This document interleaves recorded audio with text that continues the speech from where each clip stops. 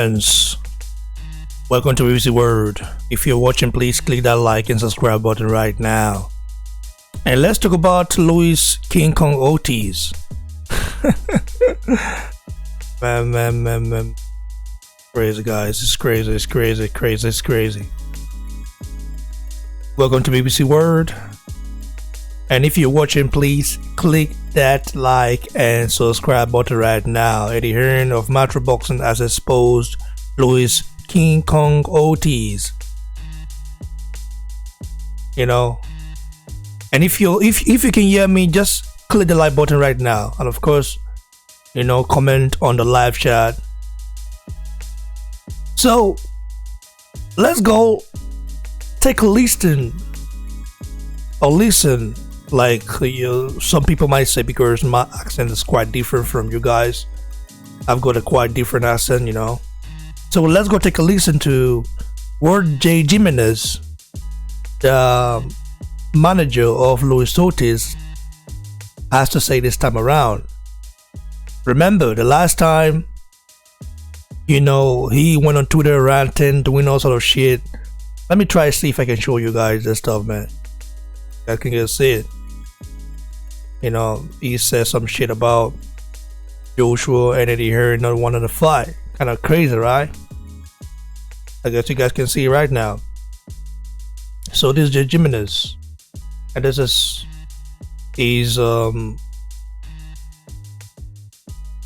Instagram account.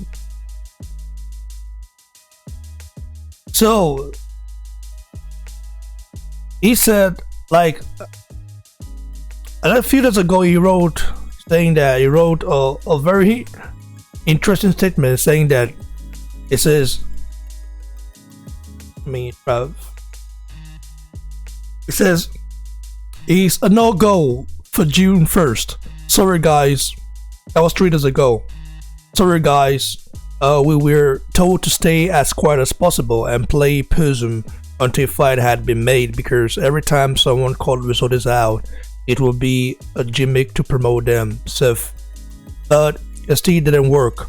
We just received news from promoter that is a no-go, and it was all a gimmick, and Aaron's lowball offers will not be accepted, and no contract even ever got sent. So sorry to all the lawyer friends. Luis really wanted to title shot. I love it, Chinese.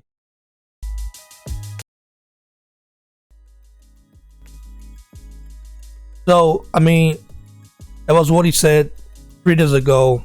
That was what he wrote, you understand? And then he got exposed. You know, he got exposed. I don't want to actually play this though. I just want to play so you can listen in. Okay, I think Mike's joined us, but he's not ready yet. Yeah, so the news essentially has come out, and Eddie Hearn has said in an interview, I think it was with Barbershop Conversations, that he believes the AJ fight won't happen next because Wilder has his next 2 fights planned out. This, in my opinion, is quite disappointing because we do want the biggest fights. And if this fight isn't happening next, and Wilder's already got his next 2 fights lined up, if we make the assumption that, say, Luis Ortiz happens in October or November, and then his next fight would be in the spring, the best we could hope for is next year, maybe October, September, for an AJ Wilder unification. And that's assuming that they both stay undefeated. So I just feel like when Barry Hearn initially said this fight won't happen to 2020, guys, we're in 2020 next year, and it looks like we're not any closer to this fight happening. I just think it's very disappointing. I think both fighters should really be pushing and doing their all to say, well, I'm cool. Wilder should be knocking out Brazil in 3 rounds rather than the 7 that AJ did, and he should be calling him out and saying, okay, well, you're coming to New York. I'm going to be in New York as well. I'm coming to your fight. I'm going to call you out after I knock out Brazil quicker and more impressively than you did. And then I'm going to come. You can't hide from me. There's no way that MSG can't let me in. I've been fighting in New York. I'm calling you out and I'm going to be at your fight. That's the kind of energy we need to see. But I just feel like... By the way, let me post it there right first. You know, that's Akan, a guy from UK who always speaks the truth, you know. doesn't speak right there. I don't want to show the video because it doesn't belong to me. It belongs to the Boxing Voice. And I probably think these guys hate me, you know what I mean? So I don't want to be, I don't want to do something that will get me in trouble because I know a lot of people don't like what I do. And let me continue. Like, we're not getting that right now. And let me just go through the interview. We deserve communication with you. Eddie's been saying he's in communication with you. You don't think you can salvage this somehow? Just pick up the phone and say, hey, can we get that original offer? I was upset. I got kind of upset at both of them being in the middle, and I gave them the direct info and emails, and I said, yo, just deal with him already because the other side, which is our side, the promoter, felt like there shouldn't be no back and forth. This is a big fight. You got to give me real paperwork so I can look through with my attorney, just accept my offer. And I think they were both. Maybe I should just show it so that you guys can see the comments. The comments, coming from a lot of guys. You don't fight so much. Let me just see if I can show it. It's not so much the money. Lewis said yes. Comments on the live chat during this stuff. Lewis said, if you guys can put $5 million in my bank, I'm ready. And he said, well, I'll get you more. And great, that's just icing on the cake, and we were all gassed up. You have to look at all this stuff, guys. It's gonna happen. He's gonna pay what we want, and he fucked up, and he got upset. It's an ego thing, I think, but I think he dropped the ball. I mean, we had a big discussion with him last night, and he says he's got bigger deals on the table, and the only thing it could be, I guess, is a Wilder fight with a cut of pay-per-view. But we want the Joshua fight. But do you really think that Deontay Wilder is going to give you $5 million guaranteed plus pay-per-view upside? Is that possible for Luis Ortiz? Well, I'll tell you what, the promoter can't come up and match what we had on the table. We wanted the Joshua fight. We think Joshua's not an easier fight, but a better fight for Luis. He's a boxer. You guys can see the comments, on the live chat during the stream, the live stream. They don't believe in me. And we wanted the shot. He's got 3 belts. So the promoter's gonna have to back up everything he promised, or he's up Schitt's Creek with Luis. And when you mean he's up Schitt's Creek, does that mean that you guys could get out of that fight? Excuse me, I'm pressed to. To get out of the contract. You can lose the promotional contract for bad, of course. Okay. Of course. Go ahead, Akan. I'm sorry. One of my co-hosts has been wanting to ask you a question for some time now, Jay. So just, I apologize if I keep talking over you. Obviously, this is a lot of excitement for us. We've been talking about this subject for about a week now. And, there's a lot of questions. I have my co-host here, Akan in the UK, and I know he has a question. Go ahead, guys. Hi, Jay. How are you doing? I'm Akan from the UK. I just had a question for you in terms of, I understand where you said the promoter on your end could have dropped the ball, but do you not think that fighter, it's down to Luis Ortiz? Like, if someone has put up a big offer, 3 belts, Madison Square Garden, headline show, it might include some form of the pay-per-view if it does over a certain percentage, and if done, it's a huge offer. Is the decision not down to Luis Ortiz? There was no offer of no part of pay-per-view or none of that. It was just a flat fee what they were offering, but it's not even about that. We would have took it for the fight. We were great from the beginning. It's just we got to go off the promoter promising us that he knew for sure that there was an open checkbook, that there would have been more money for him and for Luis. So I look at it both ways. I am upset. I was upset from the beginning, and I kind of jumped the gun saying Lowball offer because that's what the promoter's telling me. It's not about money at this point, me working for Luis and doing my job. We wanted a shot at the belt. The 5 weeks training camp between us is fine because we would have been at 80%, 90%, but Joshua would have had trouble with the southpaw, real trouble. How's it going, sir? I basically think it wasn't about. I just think the promoter. I mean, if he would have pulled it off on his sake, he would have looked like a genius. Like I said, he keeps saying that he knows the money was there. There was no reason not to pay the extra money. It was over peanuts. For us, it didn't matter the extra money, to tell you the truth. How's it going, sir? Michael Gross here. I wanted to ask you, was there any talk about the rematch clause if Luis Ortiz was to win? And if so, would that have been a roadblock also? We weren't even looking at that far ahead. My point, we just wanted to fight.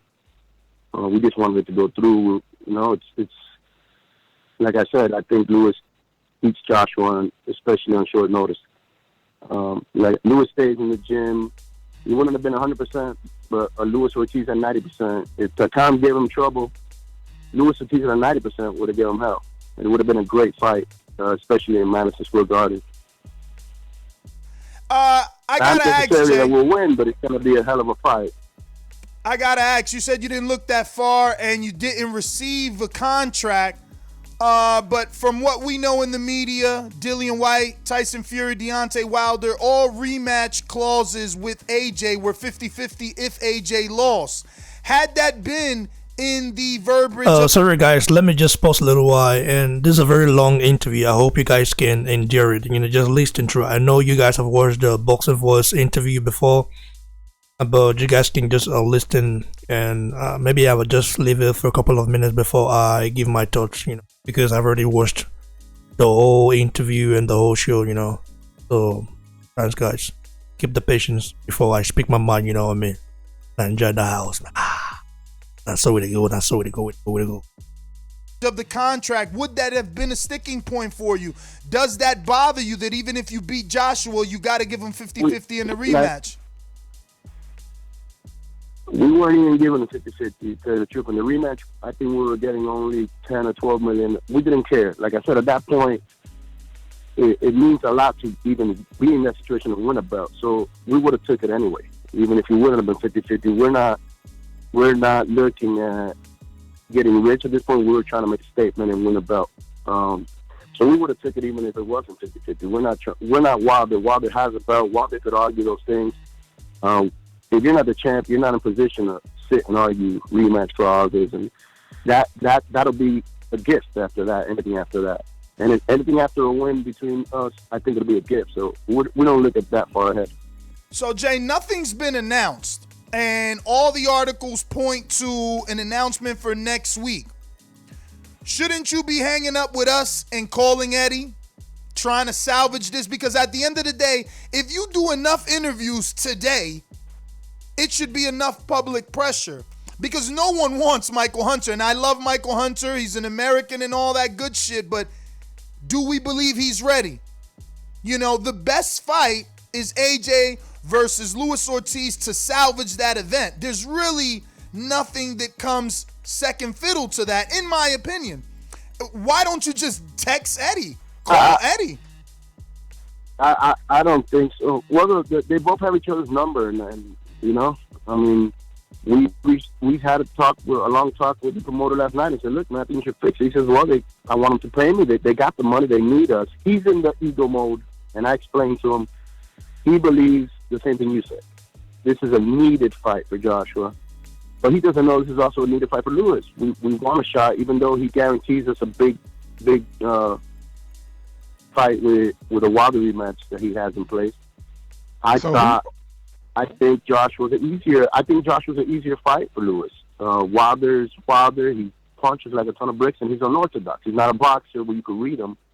Where Joshua Luis is going to read him all night. He's going to have to be real careful, because every time he lets the hand go, he's going to pay for it. And being that Joshua didn't train for a southpaw, you're not going to get too many high-skilled southpaws to help you in 5 weeks. So we wanted the fight. Now, why you not calling Al? Why you not calling Al to step in like, Al, man, listen, our promoting Dick, he fucking shit up. Save this before it's too late. Why is Al not involved in these negotiations? I don't deal with that part. That's the promoter. You know what I mean? Bro, this promoter sounds like he's fucking shit up for you guys, man. The promoter's got, yeah. I mean, he's got offers. He says he guarantees the money. To me, that same money, what he's trying to do is because he's got that guaranteed money somewhere else. I still believe that Joshua fight's a better fight, an easier fight. Yes, because not because it's Joshua, because the fact that Joshua also ain't gonna get enough sparring for a southpaw to get ready for Lewis. So it's gonna be a hard bone to chew on for him. But Jay, it's hard to say that when they offered you $5 million. It's hard to say that they offered you $5 million. So obviously he wanted you to take it. Now I'll be honest with you, I was disrespected for you guys. I said, "Fuck, Big Baby's getting 6.5. Why are they offering this guy $5 million on short notice?" They offered Miller with 6.5. I'm not sure the numbers, and a piece of pay-per-view. But again, that was something. Shout out to George Oge, BBC boss, greetings from Indonesia. All my Ninja and Edo brothers in the building. Wayad Domo. Domosa, you know, too much for you. You know, I respect love for now. That's a bit that support me. Sorry for interrupting, guys. So we kind of. Shout out to Clement Italume, my brother. This is the fight. Shout out to Christian Channel. Christian Channel, my brother. Yet at that level where Lewis and shout out to Luke Bene, great Peno. And now Baby Miller X and himself just raised the stock in the last 3 or 4 left. So I guess the promoter just thought the money should have been there. It shouldn't have been a problem. Michael Gross here again. I'm not going to gas the guy out. Yes, go ahead. We all know that boxing is a sport that's unpredictable. Now, with the kind of money that's on the table for Luis Ortiz, is there any way that you guys can convince the management or promoter that this is life-changing money that not only can help him but help his kids down the road? Well, I am Lewis's manager, and I try to convince him on the point that it's not about the money, because he guarantees the money. Lewis is in a position where he's going to get that money anyway before the year's over. I was convincing him on the fact that, man, we got $3 on the line, and it's the first time you might catch Joshua off guard that he's coming into a southpaw. So stylistically, I think this is the best time to catch him. It would have been good for both guys. It would have been a hell of a fight. It would have been one of those all-time great fights of the year. You catch Joshua on a 3-month camp that he's ready for a southpaw, he's going to give you trouble. There's a big boy, hits hard also, you know? Still, like I said, we don't look at it so much of the money part. We were looking at the chance of the belts. I can understand that, but I'm of the mindset that you don't leave guaranteed money on the table. And we all know that boxing is unpredictable, and there is no sure fact that Wilder is a guarantee to beat Brazil, even though we know that, 100%. Even though we feel like he will. Is that it ever a concern? 100%. You're 100% right. We said the same thing. We agree 100%. We wanted the fight. We think it's an easier fight, regardless of the money. Yeah, Jay, I just wanted to ask you a question about Dillian White. He's actually come out and he's also said that he wanted to fight Ortiz December 22nd at the O2. Never listen. I'll come out and say. And then he also said that he'd submitted an offer of $2 million. White has never. Well, sorry guys that I had to stop it. You know, it was getting a little bit longer. You know, we already understood what he had to say. If you want to watch the full interview, go to the Boxing Voice and watch the full interview. My thoughts on this issue is that, listen carefully, Jimenez, or whatever your name is, you know, you fucked up big time. You accused the unified heavyweight king of the whole universe of ducking, you know. So, and you know, you cannot just go out and say that they sent you a lowball offer like that coming from your unknown promoter who hasn't done shit for boxing. You know, understand what I mean? So, you guys should always respect the champ, okay? You know, he's giving you guys your highest, biggest paycheck. What do? You know, you try to disrespect the champ and other stuff, man. I don't respect such people. And I think Luis Ortiz wanted to fight personally because fighters don't back down. But I think that you and your so-called promoter Luis Ortiz, you guys fucked it up, you know. And no matter what you do, the champ's profile is still growing up. You can see, right, just looking at the screen right now, you can see 8.7 million followers, stay going, stay coming. This is last post right here. You understand? So the champ is moving forward. The champ is moving forward. Whether you guys like it or not, Nanja go survive and Nanja no go carry last. That's all I have to say for now. And I want to say more as well, but I just don't want to insult anyone, you know. But now that Eddie Hearn of Metro Boxing has decided to come out and expose their hats, now they are saying, well, we should have set up the fight. It was our fault. We wanted more money, or thought we could get more money, or something like that. Well. You know, how much did Luis Ortiz got paid for the Wilder fight? $500,000, right? And even if you got about $4 million, it's still enough for you. Is still enough for you guys to change your life? But instead, I think your promoter wants a percent of that fight because he knows he might never get such huge opportunity like that anymore. And I also think that your promoter, you know, he's being controlled by someone. You know, I don't want to mention names, but you know how this boxing game and boxing politics is. You understand? So I don't think any fighter is scared of anyone. I don't think they are scared. I just think that they see that fighting Joshua brings a whole lot of money. Fighting Joshua brings millions upon millions, you know, in the table, and that's why they want to try and play all this politics, you know, all those games that they want to play. Joshua remains the undefeated heavyweight king of the whole universe, and we continue to be so. You understand? Until someone beats him. And even if someone beats him, no one can match his star power. Maybe someone like Dubois has the ability to do it, but Dubois is untested yet, and I hope he wins the fight against Richard Latte. You know, this fight, I'm gonna have to watch this fight. I might even do a live fight commentary for it as well. Now you guys can see that the quality, everything is nice. I've been able to set up the stream, and everything is working proper now. So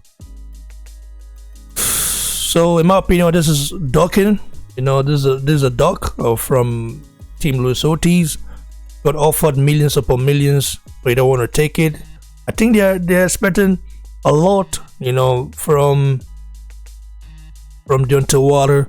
Well, sorry to disappoint you. You might not even get the sum of $3 million, $4 million when you get a fight Deontay Wilder, and you will not be getting a guarantee for that fight if it happens, because they are going to put it on pay-per-view, and then they're going to see how much they can make on the back end and something like that. We all know how it is, man. You know, the unified king of the heavyweight division is popping and growing and destroying all those guys, all these haters that try to hate on the champ. People always send me messages. Someone sent me a message on Instagram that day saying, well, you always promote Joshua, you always give Joshua all the props and credit. I tell him, you don't hold my channel for me, you don't hold my platform for me. Joshua's a Ninja blood, and as a Ninja guy myself, I have to support Ninja people because no one would do it. That's why I support Efe Jagba, Efe Tuba Pochi, Rafael Akpejore, Honoré Warime, aka the Godzilla, Anthony Joshua. I even support Joe Joyce. You know, whether they born in the UK, born in the US, born in Poland, born in Germany, it does not matter. My son was born in Germany, you understand, but that doesn't mean he's a German. You understand? He might be a German on a passport or nationality, but that doesn't mean Germans will accept him as one. So you've got to always think about that. I always tell him, your father's a Nigerian, and you will always be that. You understand? Because when people look at you, they might see, hey, this right. I don't want to talk too much, but what I'm trying to say is that Anthony Joshua is a Ninja blood, and that's why I support him first before I support anyone. You understand? It has nothing to do with me being a fanboy. It's just me being patriotic as a Nigerian. You understand? So we must support our champ worldwide. We must support all Nigerian boxers. Lasisi will be heading to Nigeria very soon for a visit. I wish him nothing but the best. Thanks for informing me yesterday. Thanks for the support you've given me, Lasisi. Wish you nothing but the best. All Nigerians support you. So guys, I'll be getting to another one again. I'm glad you guys can watch. You guys can watch it now, and you know, see that I have a credible live stream now. So I'm just gonna do something about Efe Ajagba, Nest. Ajagba coming next, okay? About what it said. I think 2 days ago, a day ago, something like that, talking about Joshua not being a Nigerian, or I think it was a misinterpretation from Fight Hype, but I'm gonna have to play the audio and do all the stuff that I break it down. I'm gonna go Ajagba if I see he made something or he said something that isn't accurate. So guys, catch you on the next one. Stay tuned, stay hungry, stay humble, and keep your head up, guys. Cheers. ABC out.